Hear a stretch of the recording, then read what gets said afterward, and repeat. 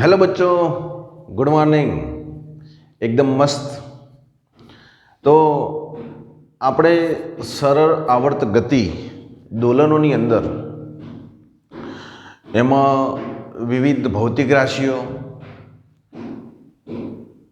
એમાં થોડી કોમ્પ્લિકેટેડ એવી કળા, સરળ આવર્ત ગતિ કરતો જે પદાર્થ છે જેને દોલક કહેવાય એનું સમીકરણ એ આપણે મેળવ્યું। બે પદાર્થ ગતિ કરતા હોય અને એના સમીકરણનું સંયોજન એ પણ આપણે ગઈકાલે જોયું। તો અહીંયા સાઇન અને કોસ વિધેય આવે છે એટલે એના સંયોજન રૂપી અમુક દાખલાઓ પૂછાય છે। તો ત્રિકોણમિતિના અમુક સૂત્રો છે, એ સૂત્રોનો આધાર આપણે લેવાનો છે। અમુક સૂત્રો સીધે સીધા યાદ રાખવાના છે, અમુક સમજવાના છે। આના ઉપરથી શીખવાનું એ છે કે કોઈ પણ વિધેય આપેલું હોય એમાં નક્કી કરવાનું છે કે આ વિધેયમાં પદાર્થ સરળ આવર્ત ગતિ કરતો હશે કે નહીં કરતો હોય। આવા આપણે થોડાક દાખલા લેવા છે, કોન્સેપ્ટ બેઝ ઉપર દાખલા છે, એટલે પરીક્ષાની અંદર પણ પૂછાય ત્યારે આવા દાખલાઓનું માર્જિન હોય છે, બરાબર છે। આની અંદર તમને ખ્યાલ આવશે કે પદાર્થ સરળ આવર્ત ગતિ કરે છે કે નથી કરતો। તો એની થોડી ટેકનિક છે એ આપણે યાદ રાખવાની છે કે ટેકનિક આપણે વાપરીશું તો આપણને સારો એવો ખ્યાલ આવશે કે આ જે રકમ કોઈ પણ દાખલો પૂછ્યો છે એની અંદર પદાર્થ સરળ આવર્ત ગતિ કરે છે કે નથી કરતો।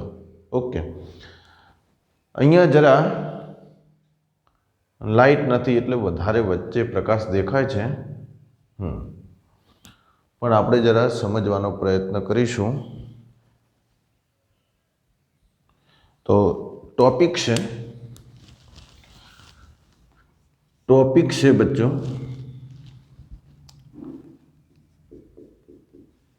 કોઈ પણ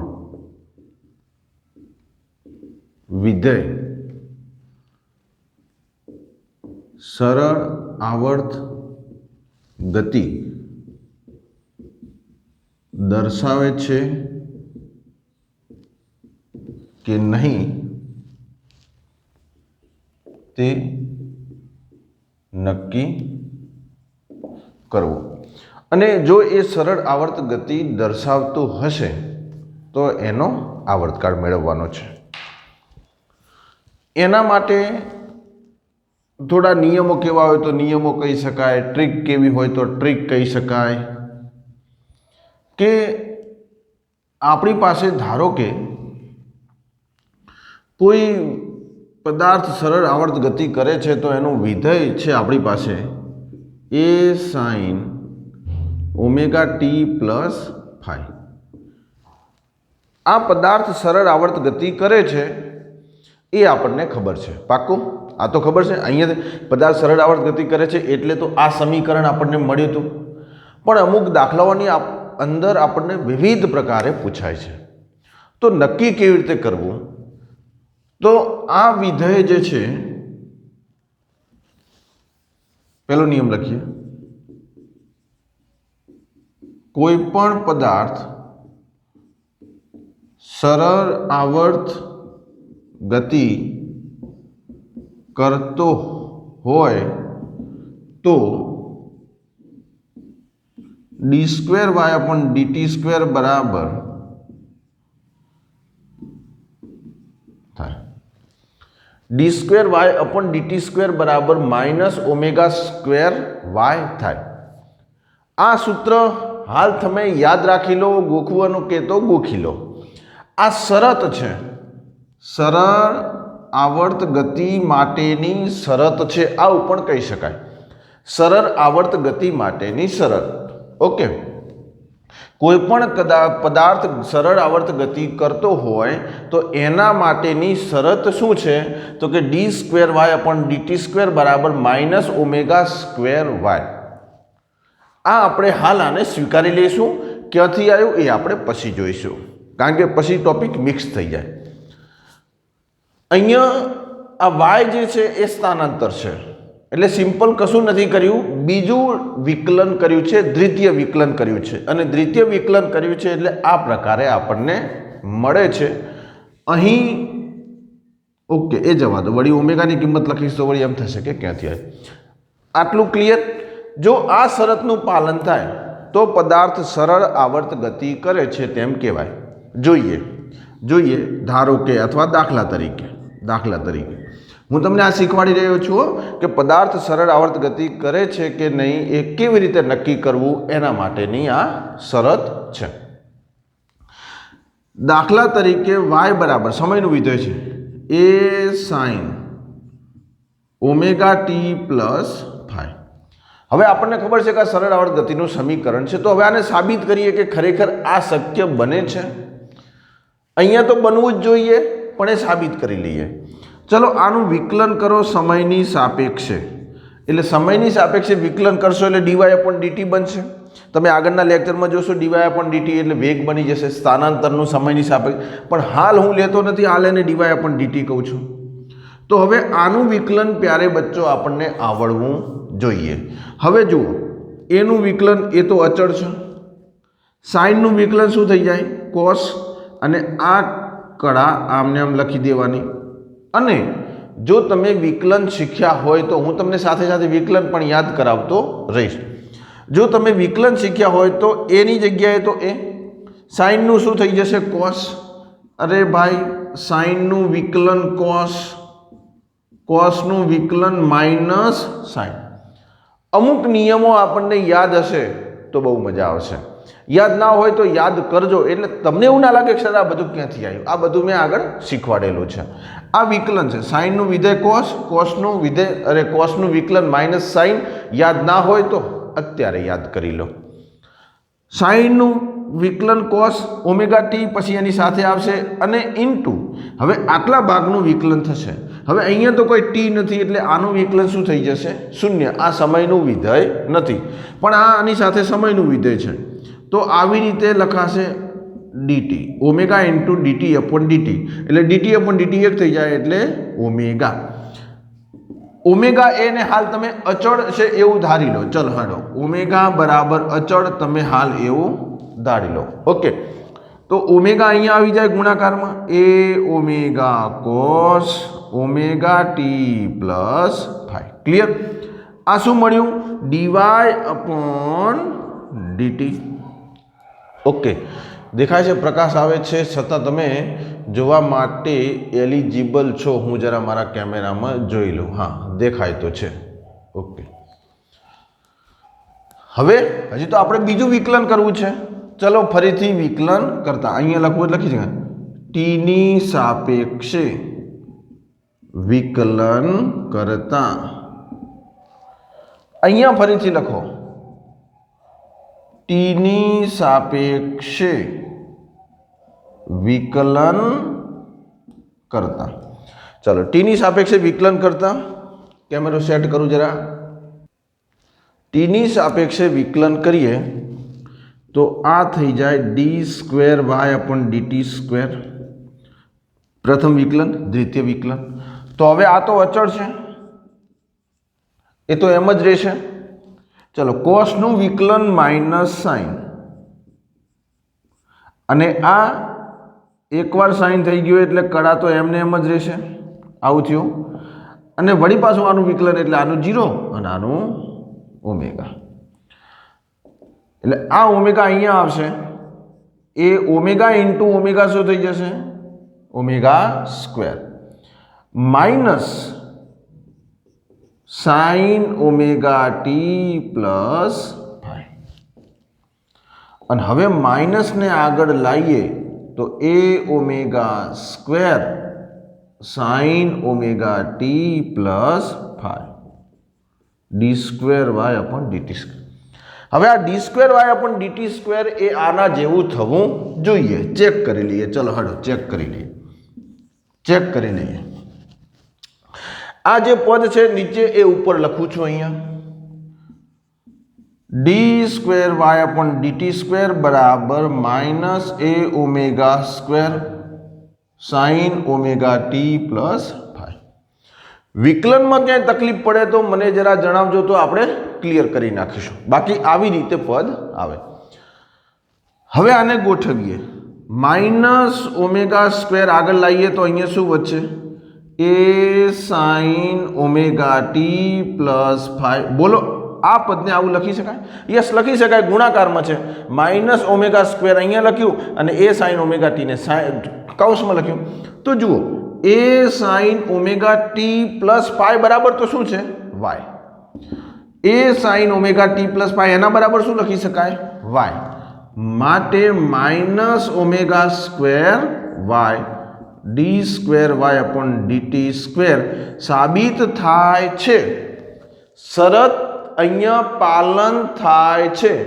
તેથી આ વિધેય એ સરળ આવર્ત ગતિ બતાવે છે. પાકું? આવું તમે દરેક દાખલામાં કરી શકો. આવું તમે દરેક દાખલામાં કરી શકો. ઓકે, તો આ શરત છે.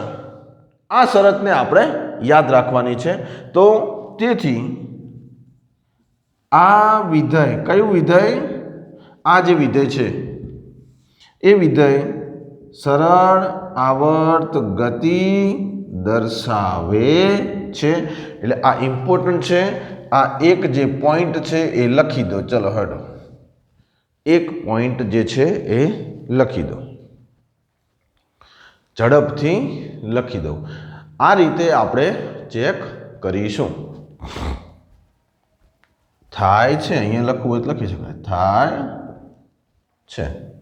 તેથી આ જે વિધેય છે A sine omega t plus phi એ સરળ આવર્ત ગતિ દર્શાવે છે. ઓકે, લખ્યો 1 2 3 4 5. અહીંયા જુઓ બીજો પોઈન્ટ. જુદા જુદા કંપવિસ્તારવાળી પરંતુ સમાન આવૃત્તિવાળી સરળ આવર્ત ગતિનું સંયોજન એ સરળ આવર્ત ગતિ છે. જો આવી રીતે પણ તમારે દાખલા પૂછાઈ શકે. તો અહીંયા ભલે અલગ અલગ કંપવિસ્તાર હોય. આ કંપવિસ્તાર, આનો કંપવિસ્તાર 3, આનો કંપવિસ્તાર 2, અહીંયા નથી તો 1, પણ આવૃત્તિ જુઓ omega T omega T omega t. તો આવૃત્તિ સમાન છે. તો આ એ વિધેય સરળ આવર્ત ગતિ છે. આ વિધેય સરળ આવર્ત ગતિ છે. આ દાખલા તરીકે છે. દેખાય એટલે જરા હાઇલાઇટ કરું છું. દાખલા તરીકે છે. ઓકે, હા, વંચાઈ રહ્યું છે. પણ નીચે તમે જુઓ, સમાન કંપવિસ્તારવાળી 2 2 અને 2 સમાન પણ આવૃત્તિ જુદી. જુઓ, અહીંયા આવૃત્તિ ઓમેગા ટી, અહીંયા આવૃત્તિ 3 ઓમેગા ટી, અહીંયા 5 ઓમેગા ટી. તો આ સરળ આવર્ત ગતિ નથી. તો આ સરળ આવર્ત ગતિ નથી. એટલે આ વાત આપણે ધ્યાનમાં રાખીશું. હવે આપણે ઉદાહરણ તરફ જઈએ. ચોપડીનું ઉદાહરણ છે એ આપણે ગણીએ. તો તમે ચોપડીની અંદર પેજ નંબર 339 ઉદાહરણ 14.2 કાઢો. ચલો, વિડીયો પૌઝ કરીને ઉદાહરણ 14.2 કાઢો અને આપણે એને જે કંઈ માગ્યું છે એ શોધવાનો પ્રયત્ન કરીએ. જુઓ, હું વાંચું. પેજ નંબર 339 14.2 હું વાંચું, તમે સાંભળો.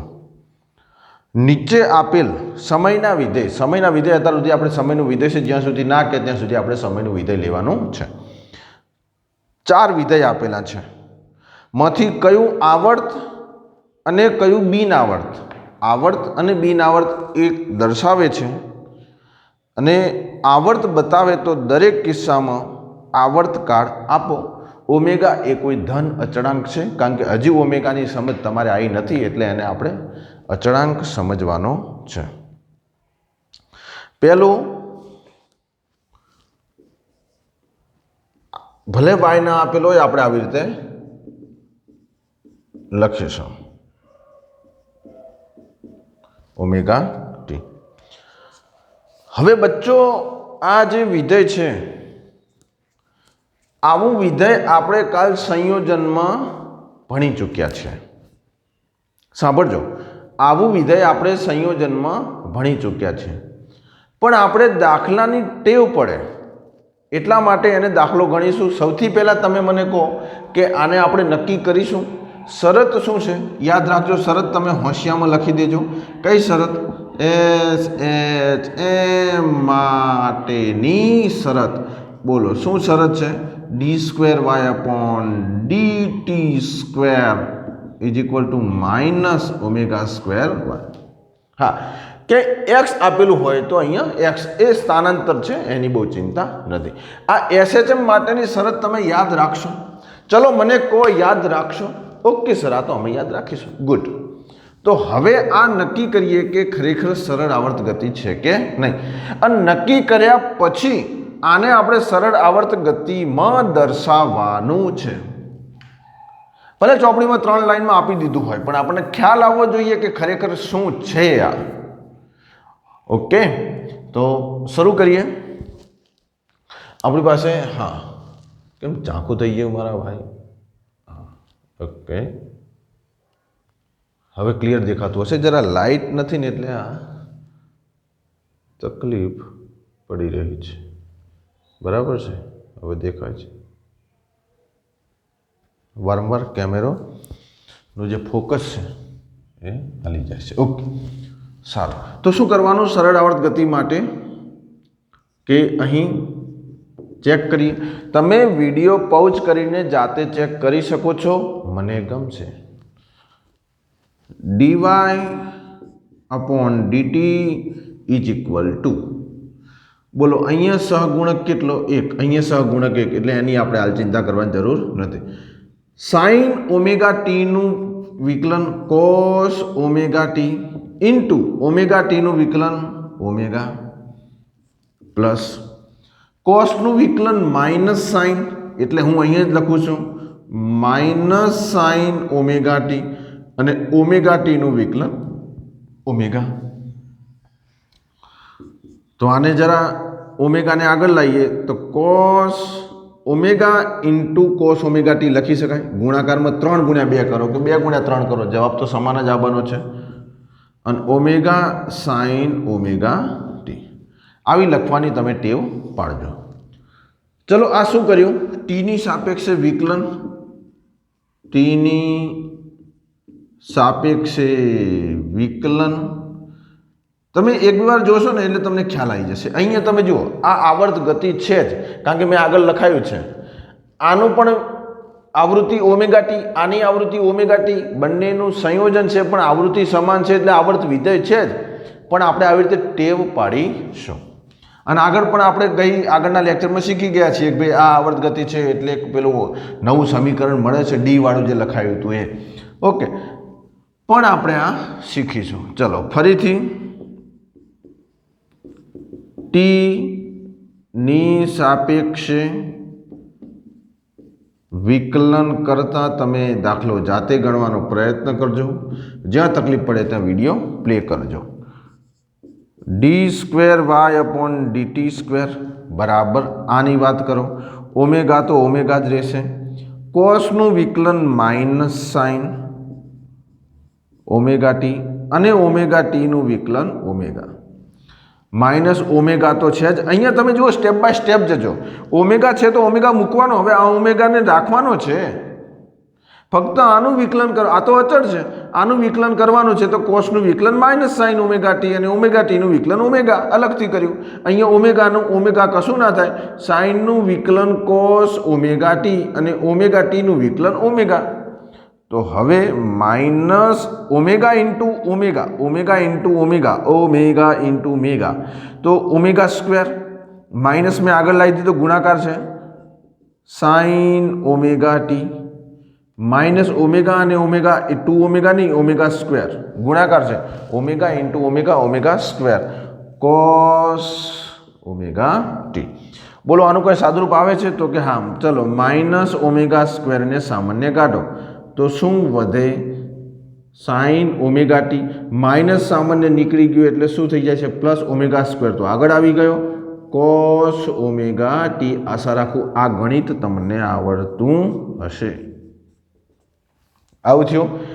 હવે sine omega t plus cos omega t, sine omega t plus cos omega t તો શું છે?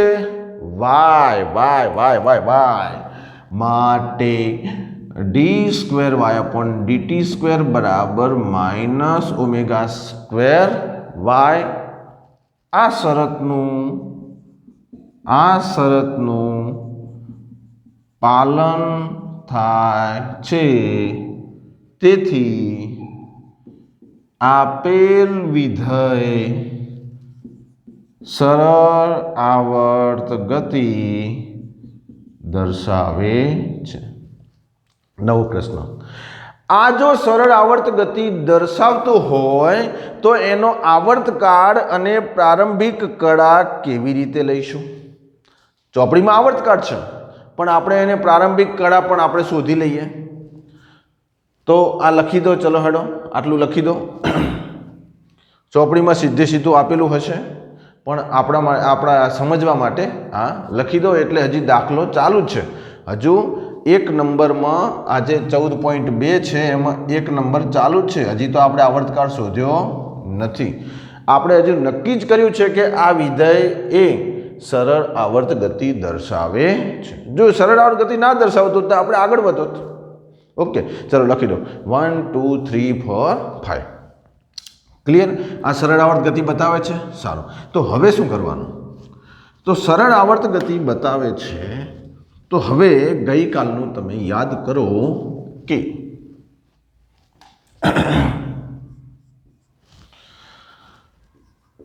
સરળ આવર્ત ગતિ માટે વિધેયોના રેખીય સંયોજનનું સૂત્ર વાપરતા. આ રેખીય સંયોજનનું સૂત્ર ક્યાં? Lecture number 4. તો રેખીય સંયોજનનું સૂત્ર વાપરીએ તો એની અંદર આપણને જોવા મળ્યું હતું. તો વાપરતા આપણું આ દાખલો છે y બરાબર, દાખલાની અંદર આપણી રકમ શું હતી? y બરાબર sin omega t plus cos omega t plus cos omega T. બોલો, પેલું યાદ કરાવવું છે, આ પણ લખી લેજો. એ મારે તમને યાદ કરાવવું છે. ગઈકાલનું યાદ કરાવું. y બરાબર sign omega t plus cos omega T હતું. અહીંયા એ હતો, અહીંયા બી હતો. ક્લિયર? તો અહીંયા જે મળતું હતું એ ડી બરાબર વર્ગમૂળમાં a square plus B square. ત્યારે આ સમીકરણ A sine omega t plus phi થતું હતું. આપણે એનું સાદુરૂપ આપ્યું હતું. પણ આપણે ફક્ત શું લેવું છે અહીંયા? કંપ વિસ્તાર અને પ્રારંભિક ખૂણો. તો યાદ કરો, ફાઈ બરાબર tan ઇન્વર્સ y ભાગ્યા x અથવા b ભાગ્યા a. બોલો, આવું હતું તો આપણને ફાઈ મળશે. બસ આ બંનેનો ઉપયોગ કરવાનો છે. આ પણ તમે હોશિયામાં લખી દેજો, અહીંયાથી આ અને આ ગઈકાલે મેં શીખવાડેલું છે. તો અહીં સરળ આવર્ત દોલકનો કંપ વિસ્તાર. હવે એ કંપ વિસ્તારને આપણે ચોપડીમાં ડી છે એટલા માટે શું લખીશું? ડી બરાબર. ચાલો, તમારો પ્રશ્ન. સર અહીંયા તો એ અને બી છે, અહીંયા નથી. બચ્ચો, અહીંયા પણ છે, તમને દેખાતું નથી. તમને દેખા શું સર ઝાંખું પડે છે? ના, ઝાંખું નહીં યાર, ઝાંખું નથી પડતું. અહીંયા કશું છે ના, તો શું લખી દેવાનું? 1. અહીંયા કશું છે તો શું લખી દેવાનું? 1. માટે હવે a સ્ક્વેર, ચલો 1 નો વર્ગ, બી સ્ક્વેર 1 નો વર્ગ, માટે ડી બરાબર 1 નો વર્ગ એટલે 1, 1 નો વર્ગ એટલે 1, એટલે વર્ગમૂળમાં 2. બોલો, થયું? આ કંપ વિસ્તાર મળ્યો. કોનો? આનું જે છેલ્લે પરિણામી મળે છે તે. અને ફાઈ બરાબર tan ઇન્વર્સ બી.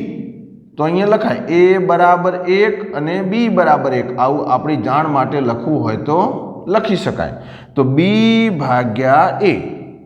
તો 1 ભાગ્યા 1 એટલે શું થાય? તો કે ફાઈ બરાબર tan ઇન્વર્સ 1 અને હવે તમે વિચારો કે ટેનનું મૂલ્ય 1 ક્યારે મળે? તો કે 45ના ખૂણે 1 મળે, અને 45ના ખૂણાને આપણે શું કહીશું? π/4. π/4. તો આપણને એનો કંપ વિસ્તાર મળ્યો અને પ્રારંભિક કળા મળી. અને આ સમીકરણને પાછું આવી રીતે લખી શકાય. બચ્ચો થોડું કોમ્પ્લિકેટેડ થાય છે ને, થોડું કોમ્પ્લિકેટેડ પણ યાદ કરો, આગળનું લેક્ચર યાદ કરો. થોડું કોમ્પ્લિકેટેડ થશે કારણ કે આ સંયોજન છે. સંયોજનમાં આ તો એકદમ બહુ બેઝિક છે, આ તો બહુ બેઝિક સૂત્ર છે, એટલે અહીંયા તમને કોમ્પ્લિકેટેડ લાગે પણ સમજવાનો પ્રયત્ન કરજો, અહીંયા કન્ફ્યુઝ ના થતા તમે. બરાબર છે? શું કર્યું હતું આપણે ગઈકાલે? કે આ સમીકરણ હતું, એ સમીકરણને એટલે આના પદમાં લાવ્યા હતા. ચોપડીમાં બીજી રીત છે, પણ આવી રીતે લખશો તો તમને મજા આવશે. હવે તમને કંપ વિસ્તાર અને પ્રારંભિક કળા મળી ગઈ. તેથી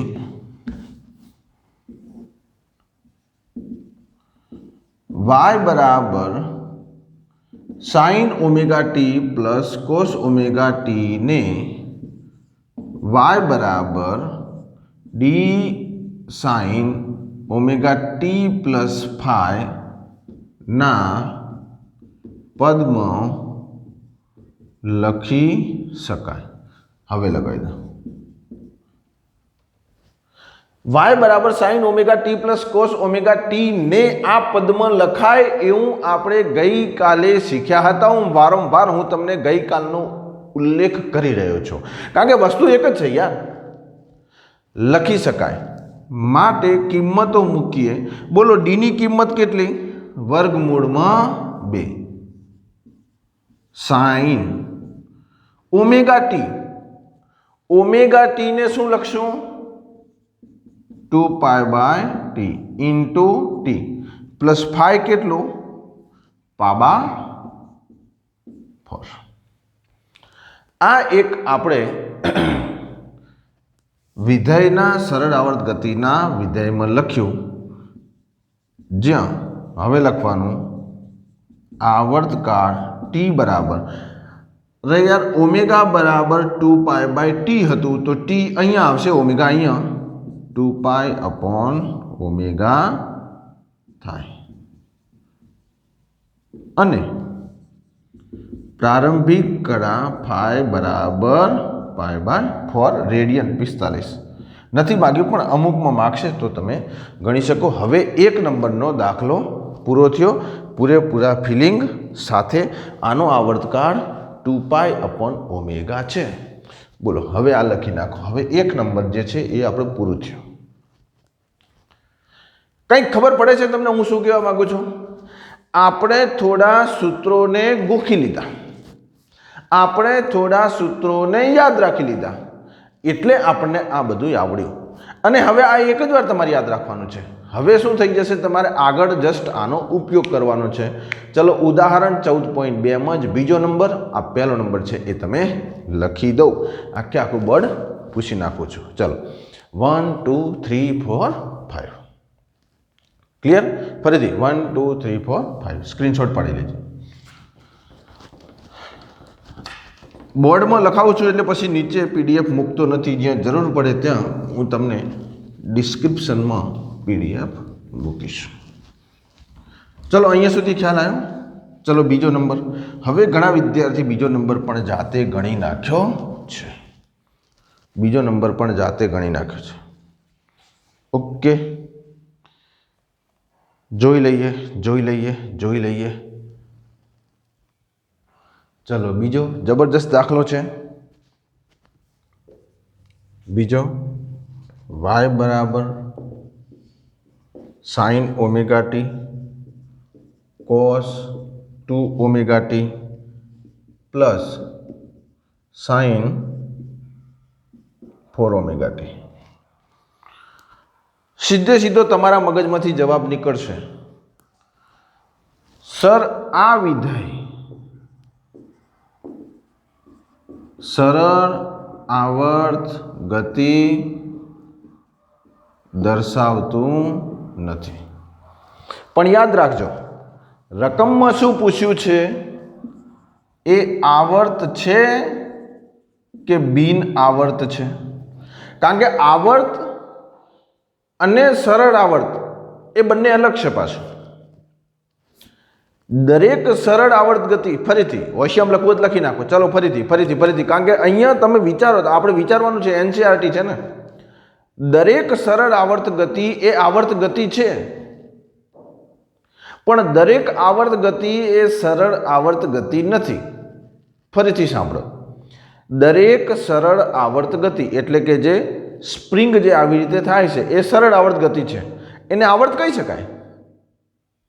પણ દરેક આવર્ત એટલે કે ગોળ ગોળ એ આવર્ત છે, એ સરળ આવર્ત ગતિ નથી. અહીંયા શું પૂછ્યું છે? આવર્ત છે કે આવર્ત નથી, એટલે અહીંયા સરળ આવર્તનો ઉલ્લેખ કર્યો નથી. પણ આપણે ક્લિયર થાય એટલા માટે આ વિધેય સરળ આવર્ત ગતિ દર્શાવતું નથી, પણ આવર્ત ગતિ તો દર્શાવે છે. આવર્ત ગતિ દર્શાવે છે, સમજો. એસએચએમ નથી, ના એસએચએમ નથી, પણ આવર્ત તો છે જ. વિધેય છે એટલા માટે આવર્ત તો છે જ. અને દાખલો એવો પૂછ્યો છે કે આવર્ત હોય તો પણ આવર્તકાળ શોધો. હવે તમે આને આવી રીતે ચેક કરશો, જરા હોમવર્કમાં આપું છું હું તમને, કે d2y/dt² બરાબર -ω² આવી રીતે ચેક કરજો. એ d2y અપોન, અહીંયા લખું કે અહીં d2y/dt² બરાબર -ω²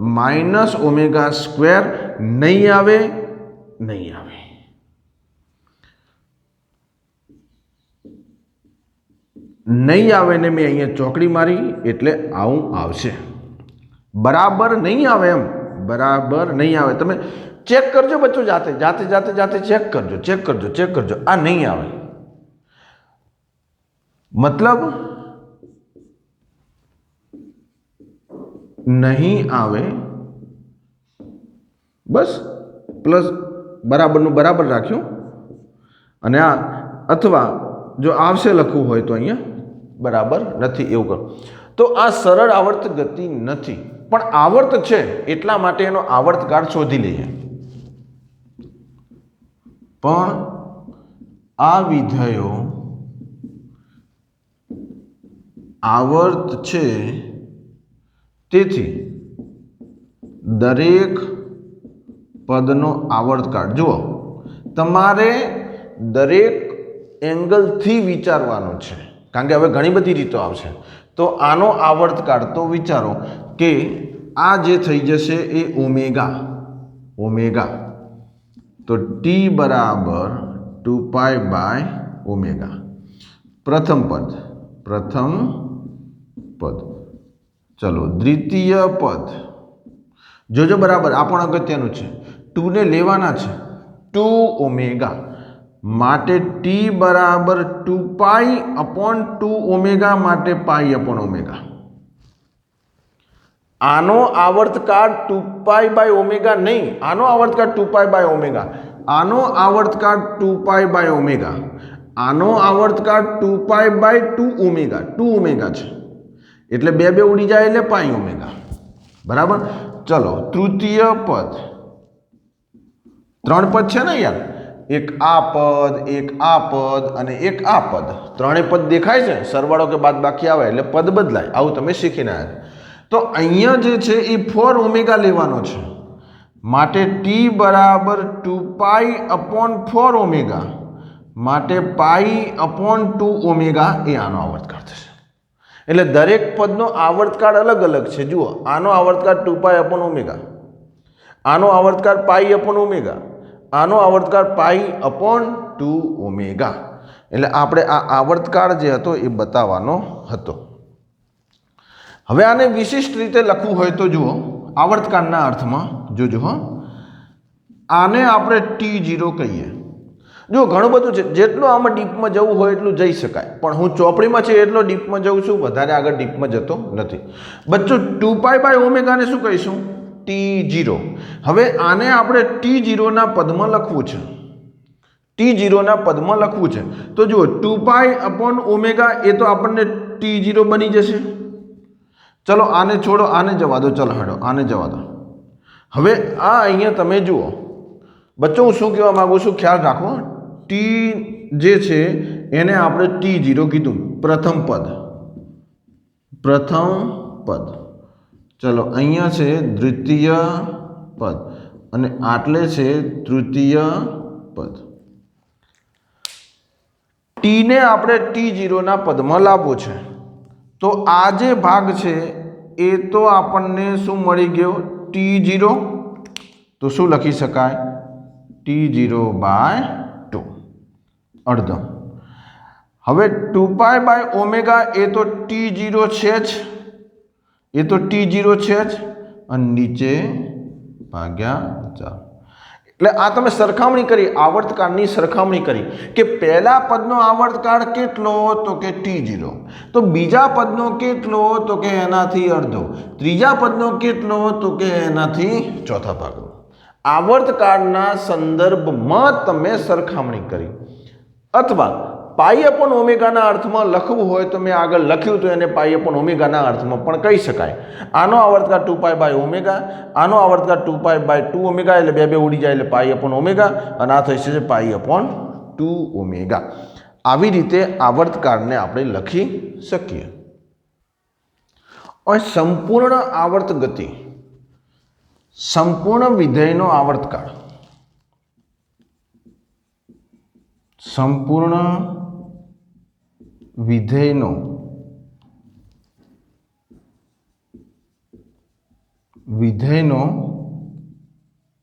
આવર્તકાળ T0 એટલે કે 2π/ω થાય। ક્યારેક પૂછે તો નાનામાં નાનો આવર્તકાળ આ થશે। અહીંયા આવર્તકાળ જુઓ વધી જાય, અહીંયા વધી જાય, એટલે આખે આખા જે પદનો છે એ આવર્તકાળ એ અહીંયા T0 મળે। ચલો આ લખી નાખો। જોઈએ ત્રીજા નંબરનું। ઉપરનું પદ મેં જરા ધાકધેમ કર્યું છે, પણ જરા આને સમજો, આગળ જશો થોડા એટલે તમને ખ્યાલ આવશે। ચલો ત્રીજા નંબરનું e⁻ બચ્ચો અહીંયા ક્યાંય નથી સાઇન આવતું, નથી કોસ આવતું, તેથી આ વિધેય આવર્ત નથી। 3 નંબરની વાત કરું છું। ચલો આ પૂછી નાખો। ત્રીજા નંબરનું જે છે એ તમે બુકમાંથી પણ લખી શકો છો। ત્રીજા નંબરનું ફરીથી શું છે? ત્રીજા નંબરનું પદ, ત્રીજા નંબરનું પદ જે છે એ y = e⁻ω⁻t। હવે આ ચર ઘાતાંકીય પદ છે, આ ચર ઘાતાંકીય પદ જેને એક્સપોનેન્શિયલ કહેવાય। સમયની સાથે સાથે આ ઓમેગા જે આવર્ત છે એ ઘટતું જાય છે, એટલે આ આવર્ત વિધેય, આ વિધેય આવર્ત નથી। આ તમે આનો જવાબ બુકમાંથી પણ લખી શકો છો। ઓકે, e⁻ω એ આવર્ત નથી।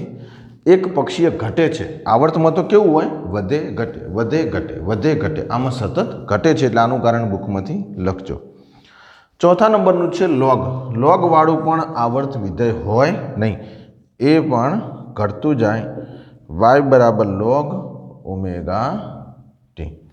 તો log⁡ωt સમય સાથે એક પક્ષીય વધે છે, અહીંયા સમય સાથે ધીમે ધીમે y ઘટે છે, માઇનસ છે, એટલે સમય સાથે સમય વધે છે એમ y ઘટે છે, એટલે સમય વધતો જાય અને સ્થાનાંતર ઘટતું જાય,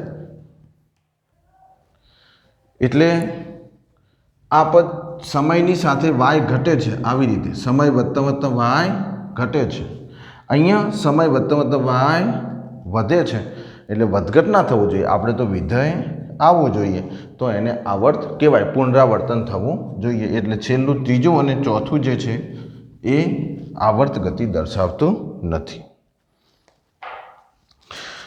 આવી રીતે તમે ઉદાહરણ 14.3 એ ગણવાનું છે હોમવર્કમાં। સ્વાધ્યાયના પણ જે છે દાખલાઓ એ પણ આપણે ગણવાના છે। તમે પ્રયત્ન કરજો, સ્વાધ્યાયના દાખલા 1, 2, 3, 4 સ્વાધ્યાયના દાખલાઓ પ્રયત્ન કરજો। નેક્સ્ટ લેક્ચરમાં આપણે આ દાખલાઓ ગણીશું. તો પ્યારે બચ્ચો મળતા રહીશું. Tata bye bye.